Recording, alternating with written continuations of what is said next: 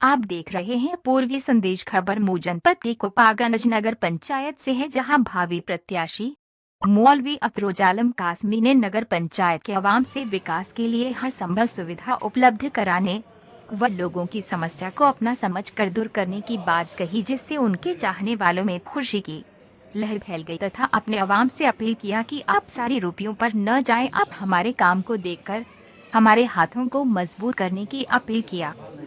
जिंदाबाद जिंदाबाद जिंदाबाद मौलाना अफरोज जिंदाबाद मौलाना अफरोज जिंदाबाद।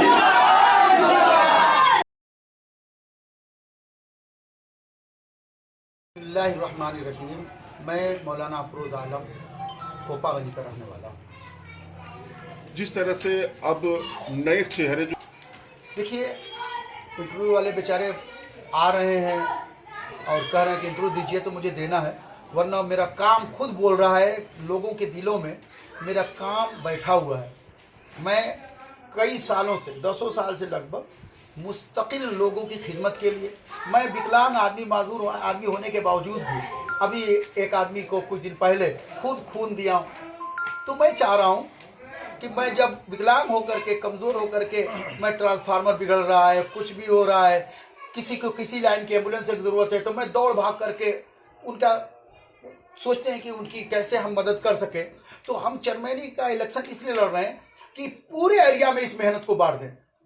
ये दोस्तपुरा, हुसापुरा, हकीमपुरा, चंदनपुरा और कुछ जो है लाइन का काम हमने शिवपुर गाड़ा है, जो है आपके नयापुरा है, भचामानोपुर है, रहमत नगर है, जुम्मनपुरा, पत्तनपुरा, हमने बिजली का बेपनाह काम किया। तो मैं ये सोचा कि जब ये काम कर रहे हैं तो हम जब वहाँ पर पहुँच जाएंगे जहाँ से अधिकारियों से हम बात कर सकें, जहाँ वहाँ पर पहुँच जाएंगे तो हम जाकर के माननीय मुख्यमंत्री जी से बात कर सकेंगे। चूँकि हमारे माननीय मुख्यमंत्री जी ने कहा है कि किसान को और बुनकरों को खौसली तौर पर कोई परेशानी न हो, मगर बात पहुँचाने वाला कोई नहीं है।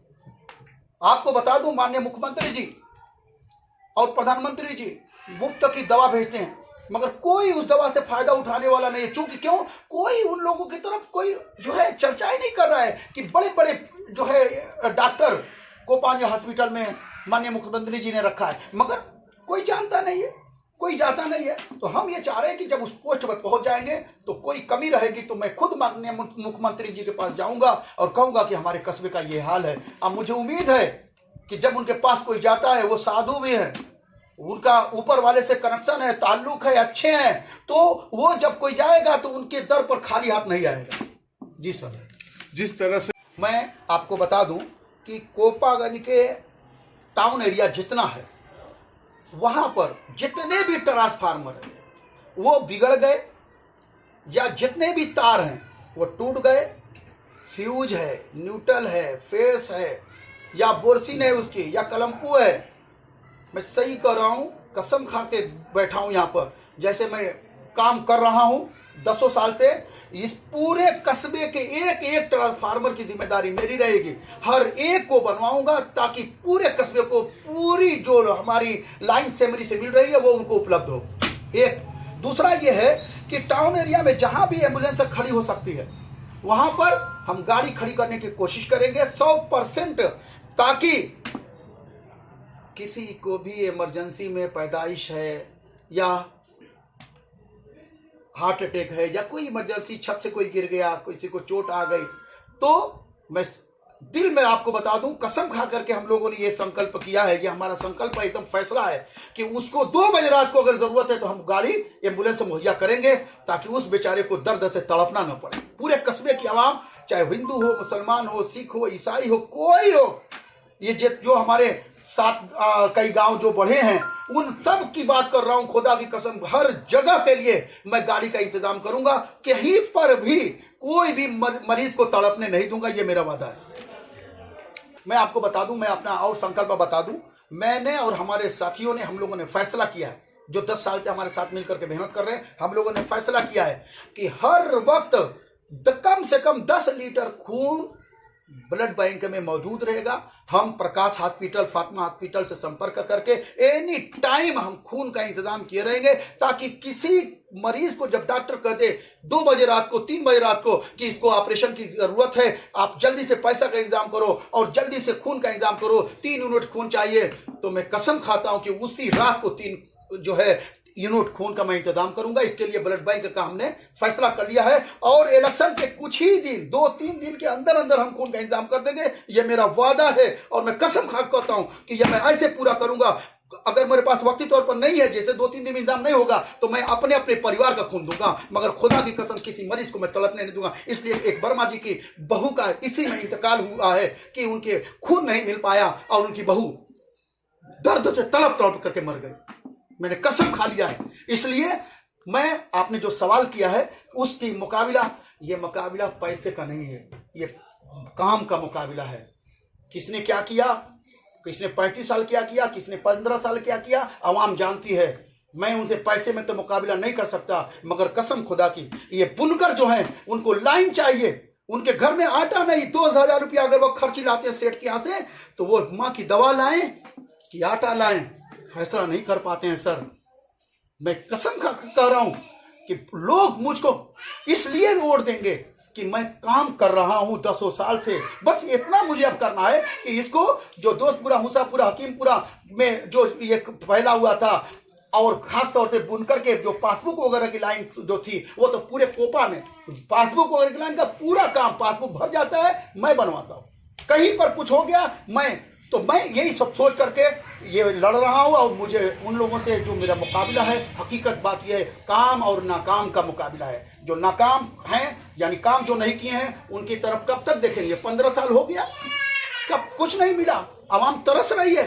तो हमको काम पर लोग वोट दे रहे हैं, बेपनाह समर्थन मिल रहा है। मैं कसम खा के कह रहा हूं, हर इलाके से, कोपागंज के जो है, जो बढ़ा हुआ है वहां से, अभी 13 नंबर वार्ड से कई लोग आए थे कि मुल्ला जी हमको टिकट दे दीजिए। तो बताना मेरा मकसद ये है कि आवाम को काम चाहिए, और काम हमारा देख चुके हैं, इसलिए हमारे साथ हैं। इसका मतलब कि बोल रहा, और हकीकत बात है। और एक बात और मैं कह दूं सर, कि ये नगर पालिका की आवाम से कि आप 1500 का, 2000 का मुंह मत देखिएगा। ये इलेक्शन 5 साल में आता है। 2000 रुपये पर अगर आपने अपने जमीर को, अपने वोट को बेच दिया, तो सोचो 5 साल तक वो आपके काम नहीं आएगा। अगर आपकी बहू, आपकी बेटी, या आपकी बीवी या मेरी बीवी खून के बगैर तड़पे, तो 2000 रुपया पे आपको खून नहीं मिलेगा, यहां मुफ्त का खून मिलेगा आपको।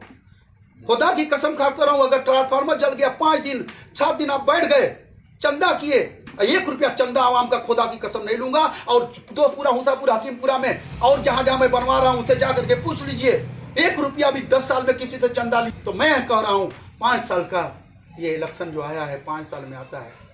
आपका एक फैसला मुझे काम से रोक देगा, कि मुझे एक जो पावर, जो स्टेमिना, जो ओहदा मिलने वाला है, आप 2000 रुपये पर अगर अपने आप को बेच दिए, 500 रुपये पर बेच दिए, तो सोचो कि अगर आपका तार टूट गया फ्री का, अगर आपसे चंदा लेंगे आएंगे 10-20 रुपया, 10 दफा टूटा 100 रुपया, तो ऐसे ही आपका चला गया। अब 2-2 साड़ी जो न चली, 3-3 साड़ी न चली, तो वो पैसा गया, तो 2000 तो आपका 10-12 रोज ही में नुकसान हो जाएगा। इसलिए मैं कह रहा हूं कि एक दफा आप मुझको देखिए, मैं दिल से कह रहा हूं, मैं सच कह रहा हूं।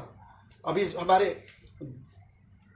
दशहरा का जो पूजा हुआ, वहां पर शीतला माई के मंदिर के पास जर्जर तार था, जाकर के पूछ लें।